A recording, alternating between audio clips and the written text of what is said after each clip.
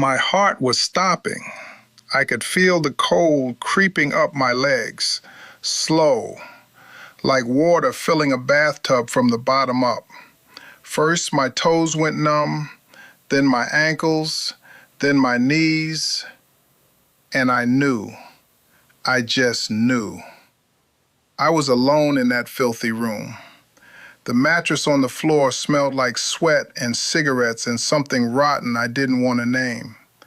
The light bulb above me was flickering, buzzing, and for the first time in 20 years, I knew there wasn't going to be a tomorrow.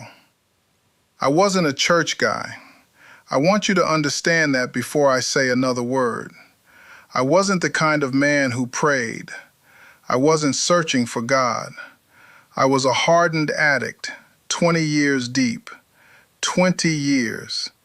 I had buried friends. I had stolen from my own mother. I had woken up in alleys I didn't remember walking into. The world had already written me off, and honestly, I had written myself off too. But I'm going to tell you what happened in that room. It wasn't a doctor. It wasn't rehab. It wasn't a program. It was something I didn't even believe existed. And whatever it was, it broke every single chain that had been wrapped around my neck for 2 decades. So sit with me for a minute, because if you're watching this, maybe you need to hear it too. I want to take you back to the beginning, because the beginning matters.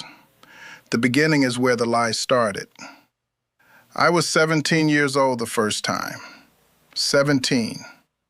I can still see the room, a friend's basement, fluorescent light, the smell of damp concrete and beer left in cans from the night before. I remember the way my hands were shaking before I did it, not from fear, but from this electric kind of curiosity. Everybody was laughing. Music was playing. And the guy next to me, I won't say his name, he leaned over and said, "Just once, man. You'll feel like a god. You'll feel like a god." That phrase lived in my head for 20 years. And the thing nobody tells you about the first time is that it's beautiful. I know that's a hard thing for some of you to hear. We want to pretend drugs are ugly from the start. They're not. If they were ugly from the start, nobody would touch them. The first time felt like every problem I had ever carried just slid off my shoulders and onto the floor. My anxiety, gone. My loneliness, gone. The voice in my head that told me I wasn't enough, silent. For the first time in my life, I felt quiet inside. That's the trap. That's how she gets you, because the drug doesn't introduce itself as your enemy. The drug introduces itself as your savior, and I worshiped her. I called her my friend. I called her my medicine. I told myself I had it under control, and for a little while, maybe I did. Months went by, maybe a year. I was still functioning, still showing up, still pretending. But you don't notice when the floor starts tilting.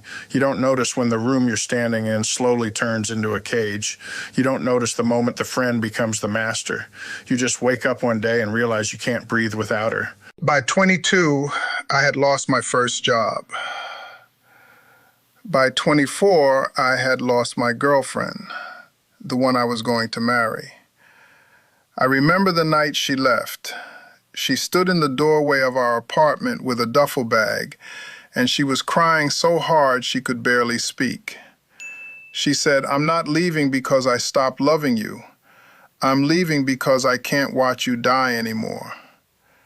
And I didn't even chase her. I didn't even get up off the couch, because the drug was already whispering in my ear, telling me she was the problem. Telling me I'd be free without her, telling me to celebrate. So I celebrated. I used more that night than I had ever used before. That's how it works. Every loss becomes a reason to use again. Every shame becomes fuel for the next hit. Every cry for help gets muffled by another high. By 26, my mother stopped letting me into the house. my own mother. The woman who used to braid my hair when I was a little kid, she stood on the porch with the screen door between us, and she said, I love you, but I love you too much to bury you in my living room. And she closed the door, and I heard the lock click, and I stood there in the rain. I remember it was raining, and I felt nothing. I felt nothing. That was the scariest part. I should have been destroyed. Instead, I just turned around and went to find more. That's what it does to you. It steals your tears before it steals your life. Let me tell you what 20 years of addiction actually feels like. Because I don't want you to romanticize this. I don't want anyone watching to think there was any glamour in it. 20 years feels like being a ghost in your own body. It feels like waking up at 3 a.m. with your skin crawling. And I mean literally crawling, like there are ants underneath it. And the only thing that will make it stop is the thing that's killing you. It feels like your teeth getting loose in your gums. It feels like your hair coming out in the shower. It feels like staring in the mirror and not recognizing the man staring back, and then realizing you haven't actually looked in a mirror in 3 weeks because you can't stand to. It feels like paranoia. Constant, relentless, hearing footsteps that aren't there, looking out the window every 45 seconds, convinced everyone is watching, everyone is talking, everyone is coming for you. It feels like The Walking Dead. That's the only way I can describe it. You're moving, you're breathing, your heart is beating, but you're not alive. You're just a body still pacing the earth out of habit. And here's the worst part, the part that nobody on the outside understands. I hated it. I hated every single second of it. I hated who I had become. I hated the smell of my own clothes. I hated the way my hands shook when I tried to hold a cup of coffee. I hated lying to people who loved me. I hated stealing from people who trusted me. I hated catching my reflection in store windows and seeing a stranger. I hated it, and I could not stop. Do you understand what I'm telling you? That's the violence of addiction. It's not that you love it. It's that you're chained to something you despise, and no matter how hard you pull, the chain doesn't break. I tried to quit. God, I tried. I lost count of how many times. I tried rehab 3 times. I tried therapy. I tried moving cities. I tried switching to lighter drugs like I was negotiating with a kidnapper. I tried locking myself in a hotel room for a week. I tried praying, even though I didn't believe. I tried praying to a ceiling, and the ceiling never answered. Every time I quit, I came back twice as broken. Every relapse cost me a little more of my soul. By the time I was 35, I had been arrested 4 times. By 38, I had overdosed twice and woken up in hospitals with tubes coming out of my arms and a nurse asking me if I had anyone she could call. I always said no. There was no one left to call. By the time I hit my late 30s, I had no friends. The only people in my life were the people who sold to me and the people who used with me. And let me tell you something about that world. There is no loyalty there. There is no love there. There are only transactions. People I had used with for a decade would step over my body if I dropped just to grab my wallet on the way out. Which brings me back to that room. The room where I knew I was dying. I was 37 years old. I want to say 37. Honestly, the years started blurring after 35. I had been kicked out of the last place I was staying. I was squatting in this abandoned apartment on the 2nd floor of a building that the landlord had basically given up on. No electricity in half the building. Cold water only. The window in the bedroom was broken and somebody had taped a black trash bag over it. And when the wind blew, the trash bag would breathe in and out like a lung. I had bought way too much. I knew I had bought too much. I think, and I've thought about this a lot since then, I think a part of me had decided I wasn't going to wake up. I think a part of me wanted it to end, because I couldn't be the one to end it directly. I didn't have the courage for that, but I could just let her do it for me. Let the drug finally finish the job she had been working on for 20 years. So I used and I used and I used some more, and I felt my heart stutter. That's the only word I have for it. Stutter. Like a car engine on a cold morning that turns over once and then dies, then turns over again, weaker, then dies. The cold started in my feet. I told you about the cold. The cold is real. When your body is shutting down, there is a coldness that doesn't come from the air. It comes from the inside. It's your own blood retreating, your body pulling everything back toward the center, trying to save the heart, trying to save the brain, abandoning the limbs. My fingers went first, then my forearms, then my chest started to feel like a stone. I was lying on that mattress and I couldn't move. I want you to understand, I couldn't move, I couldn't sit up, I couldn't crawl, I couldn't reach my phone, and even if I could, who would I have called? My mother had buried me in her heart years ago, and the light bulb above me was flickering, buzzing, flickering, buzzing. And in that moment, in that very specific moment, I heard myself think one sentence, not out loud, just inside. And the sentence was this: is this really all I was? 40 years on this earth, and this is the ending? A trash bag for a window, a stained mattress, no one even knowing I'm gone for a week, maybe two. Is this really all I was? And then something happened that I have spent the last 7 years trying to explain, and I don't fully know how. The room got quiet. I don't mean the noise stopped. I mean the noise behind the noise stopped. There's a hum to addiction, a constant static, 20 years of static. For 20 years, I had not known silence. Even when the room was silent, my head wasn't. My head was a freeway 24 hours a day. Voices, cravings, plans, lies, regrets, schemes, static, static, static. And in that room, on that mattress, in the cold, the static stopped. And into that silence, I felt a presence walk in. I'm going to say that again because I need you to hear me. I felt a presence walk into the room. I didn't see anything with my eyes. Let me be honest about that. There was no glowing figure. There was no angel. There was no white light. I know people tell those stories, and I'm not saying they didn't happen. I'm just telling you what happened to me. What happened to me was that the air in the room changed. The air got heavy, the kind of heavy you feel when someone is standing right behind you and you haven't turned around yet, but you know they're there, and it wasn't scary. That's the part I can't explain. By every right, it should have terrified me. A stranger in my room while I'm dying, I should have been screaming. I wasn't. I was the calmest I had been in 20 years, and then I felt it. The weight not coming onto me, coming off of me. It started in my chest. There was something on my chest, and I had been carrying it so long I had stopped noticing it was there, the same way you stop noticing the weight of your own clothes. And I felt it lift. I felt hands I couldn't see reach in and lift 20 years of shame off my rib cage, and I started to cry. I want you to know I cried. I cried in a way I hadn't cried since I was a little boy. I cried like something inside me that had been frozen for decades was finally melting, and it was coming out of my eyes, and I couldn't stop it, and I didn't want to stop it. And then I heard it, not with my ears, with somewhere deeper, the center of me.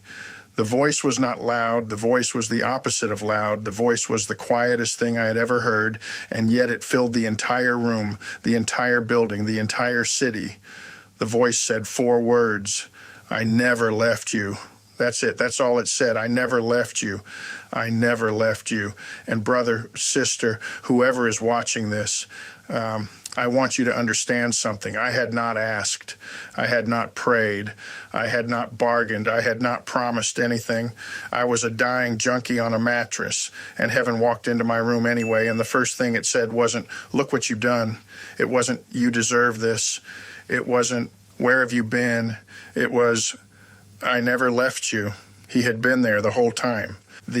For 20 years, through every alley, every overdose, every locked door, every night my mother prayed for me from a porch I wasn't allowed onto. He had been there. He had walked every step of that hell with me. I just couldn't see him. And in that moment, on that mattress with my heart stuttering, Jesus reached down into the pit I had dug for myself, and he picked me up. I don't know any other way to say it. He picked me up. I woke up the next morning. I want you to sit with that. I woke up.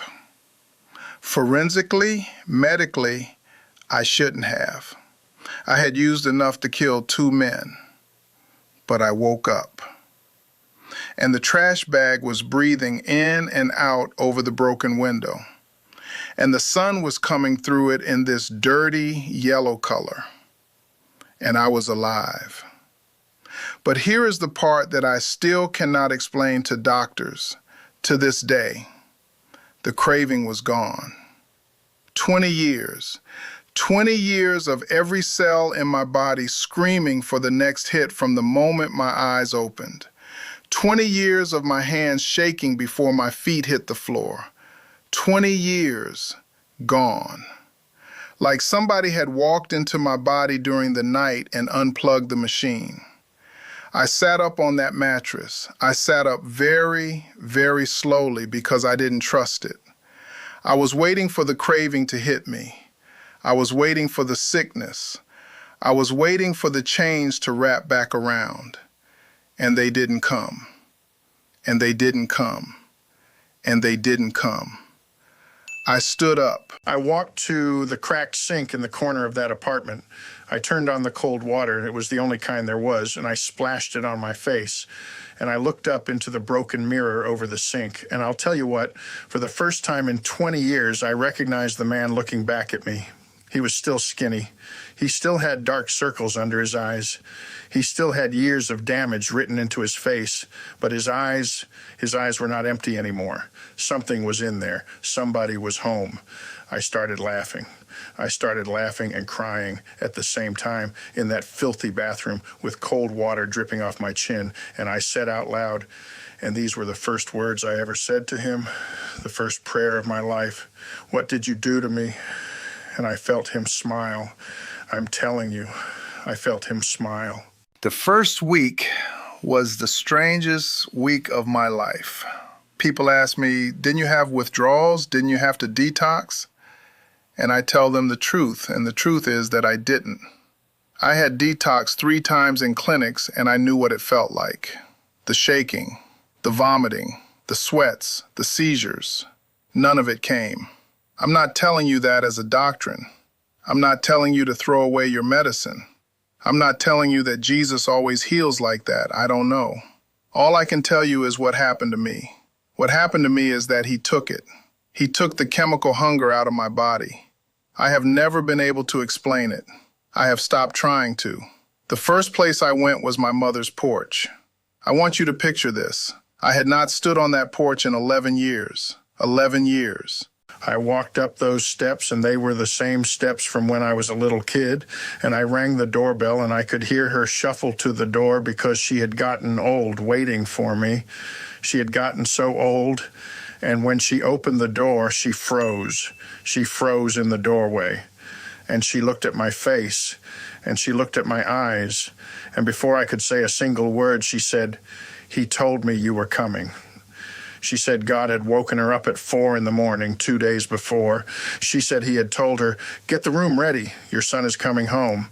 And she pulled me into her chest, and this 70-something-year-old woman cried into my dirty shirt, and I cried into her hair. And we stood in that doorway for I don't know how long, I don't know, maybe an hour. Neither of us could stop. That was the first day of my new life. It's been 7 years now. 7 years clean. 7 years of waking up sober. 7 years of looking in the mirror and seeing the same man, older now, gray in my beard now, lines around my eyes, but him, me, the real me, the one underneath the 20 years of fog. I want to be honest with you because I'm not going to lie in a testimony. Life didn't become perfect. Jesus didn't hand me a new house and a new car and a Hollywood ending. I had to rebuild. I had to find work, small jobs, hard jobs, jobs nobody wanted. I had to learn how to have a conversation again without lying. I had to learn how to sit in a room by myself without panicking. I had to learn how to feel feelings I had been numbing since I was 17 years old. That part was hard. That part is still hard sometimes. But I'll tell you what I have not done in 7 years. I have not used. Not once, not a taste, not a slip, not a relapse. And it's not because I'm strong. Listen to me. It's not because I'm strong. I am the weakest man I know. If it was about willpower, I would have died in that apartment. I'm clean because something stronger than me lives in me now. Because the same voice that said, I never left you on that mattress, is the voice that wakes me up in the morning and says, walk with me today. And I walk with him. One day, just one day. That's all he ever asked me for. My mother is still alive. She's 81 now. I take her to church on Sundays. She holds my hand during worship. And it's the same hand that used to braid my hair when I was 4. And sometimes I look down at our hands together and I think, this is a miracle. This whole thing is a miracle. Me sitting here, me holding her hand, me breathing, me forgiven. I want to talk to one person before I finish. One person. I don't know who you are. I don't know your name. But I know you're watching this. You found this video for a reason. Maybe the algorithm sent it to you. I don't believe in coincidences anymore. Maybe you're high right now. Maybe you're shaking. Maybe you're in a room that looks a lot like the one I described. A mattress on the floor, a window taped over, nobody coming to check on you. Maybe you've tried to quit 100 times and you can't. Maybe everyone you ever loved has already given up on you. Maybe you've already given up on yourself. I want you to hear me. He has not left you. He has been there the whole time. Every time you woke up sick, he was there. Every time you stole something you shouldn't have, he was there. Every time you swore tonight was the last time and then it wasn't, he was there. He has been walking next to you in the dark for so long, and you didn't even know it. You don't have to clean yourself up to come to him. You don't have to figure out your life first. You don't have to put down the needle or the pipe or the bottle or the pills or whatever your chain is before you call out to him. I didn't. I was using when he walked into the room. I was dying when he picked me up. All you have to do is say his name. You can say it out loud. You can say it in your head. You can whisper it through tears on a floor. Jesus, that's it. That's the whole prayer. That's the door. You say his name and he will walk in. I am the proof. I am sitting here in front of this camera looking right at you. And 7 years ago, I should have been dead in an abandoned apartment with a trash bag for a window. I am living evidence that he is real, that he is good, and that there is no pit so deep that his hand cannot reach into it. If he did it for me, he will do it for you. I love you. I mean that. A stranger on the internet loves you, and so does he. And so, don't wait for tomorrow. Say his name tonight.